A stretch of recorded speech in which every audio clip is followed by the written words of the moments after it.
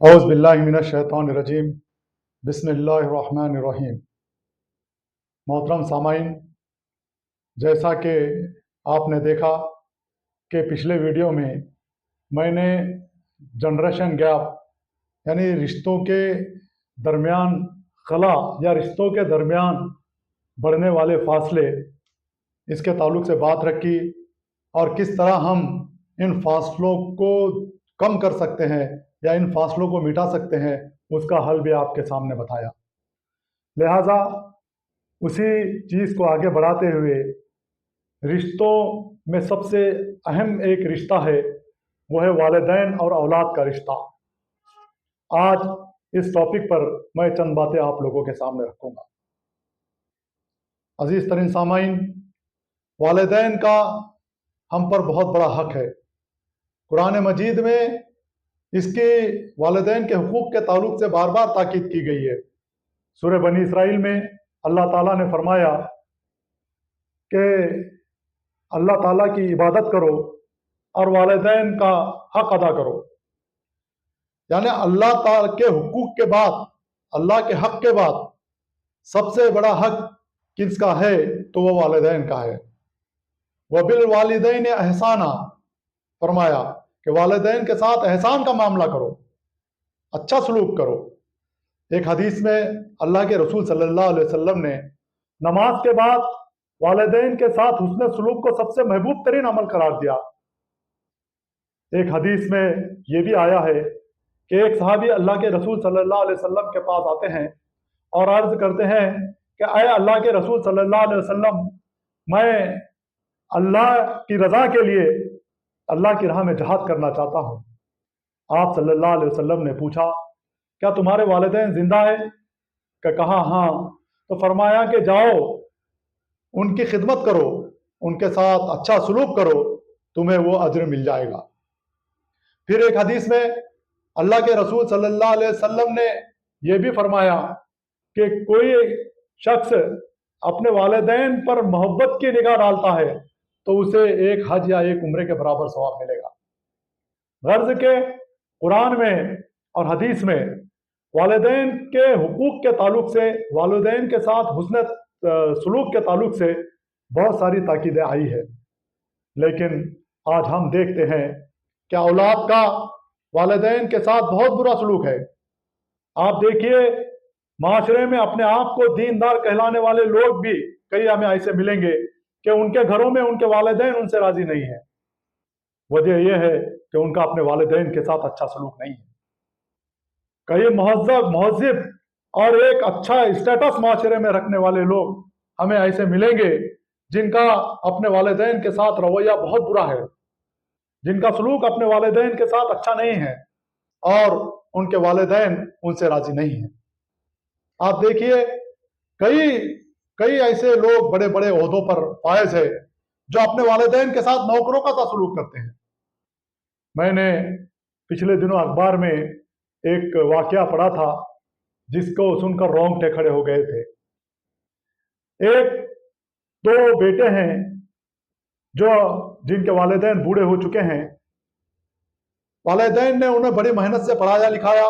अब जब वो शादीशुदा हो गए, जवानी की उम्र को पहुंच गए, तो उन्हें अमेरिका में जॉब करना था।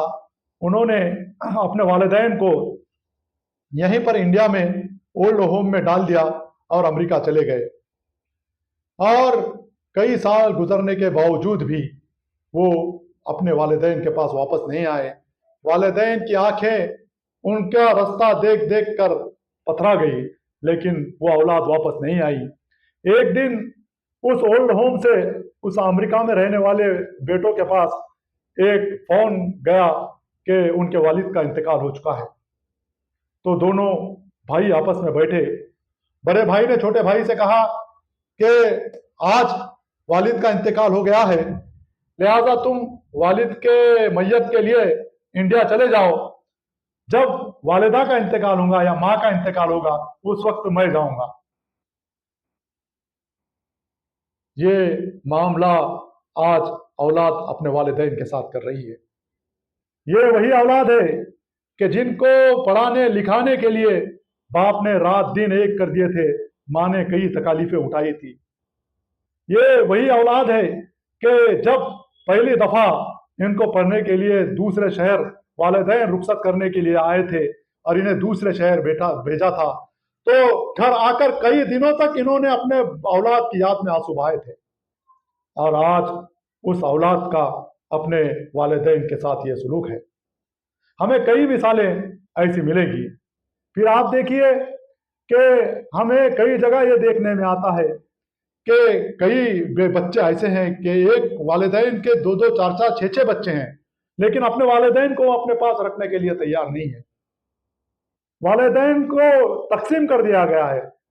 कोई कहता है कि दोपहर का खाना वालिदैन मेरे माँ बाप मेरे पास खाएंगे, तो शाम का खाना दूसरे बेटे के पास खाएंगे।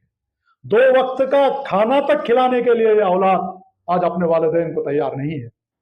और ताजुब तो ये है, हद तो ये हो गई है कि कई बच्चे ऐसे हैं जिन्होंने अपने वालिदैन को तकसीम कर दिया है।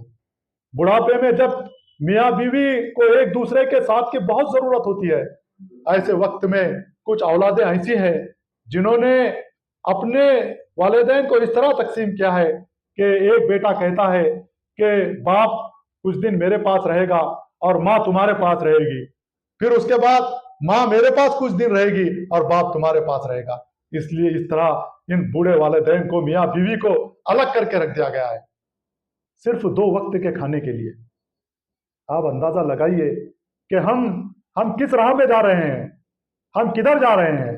फिर इसके साथ साथ आप देखिए कि जो औलाद अपने वालिदैन को अपने घरों में रखे हुए है, उनका भी सलूक वालिदैन के साथ अच्छा नहीं है, खास करके उनकी बीवियों का। और ये बच्चे हैं कि अपने वालिदैन की खैरियत तक दरियाफ्त करने के लिए तैयार नहीं है, कई दिन तक अपने माँ और बाप को मिलते भी नहीं है। बूढ़ा बाप है, खांस रहा है, बूढ़ी माँ है, बुखार से तड़प रही है, लेकिन बच्चे के पास इतना वक्त नहीं है कि वो अपने बूढ़े बाप या बूढ़े माँ का हाल दरियाफ्त करे। ये वही वालिदैन हैं जिन्होंने रात रात भर जाग कर अपने बेटे की परवरिश की है, जिन्होंने हर तरह से अपने बच्चों का ख्याल रखा है, हर तरह की कुर्बानियां इन्होंने अपने औलाद के लिए दी है, और ये औलाद आज उनके साथ ये सलूक कर रही है। अजीज तरीन सामाइन, हम सबको ये बात समझना चाहिए कि ये दुनिया मकाफात अमल है। हम आज जो कुछ अपने वालिदैन के साथ कर रहे हैं, हमारी औलाद भी हमारे साथ वही करेगी। ये बात तय है। हमने खुद देखा है कई जगह पर कि जिन बच्चों ने अपने माँ बाप के साथ, वालिदैन के साथ बुरा सलूक किया है, आज उनके हाल कितने बुरे हैं।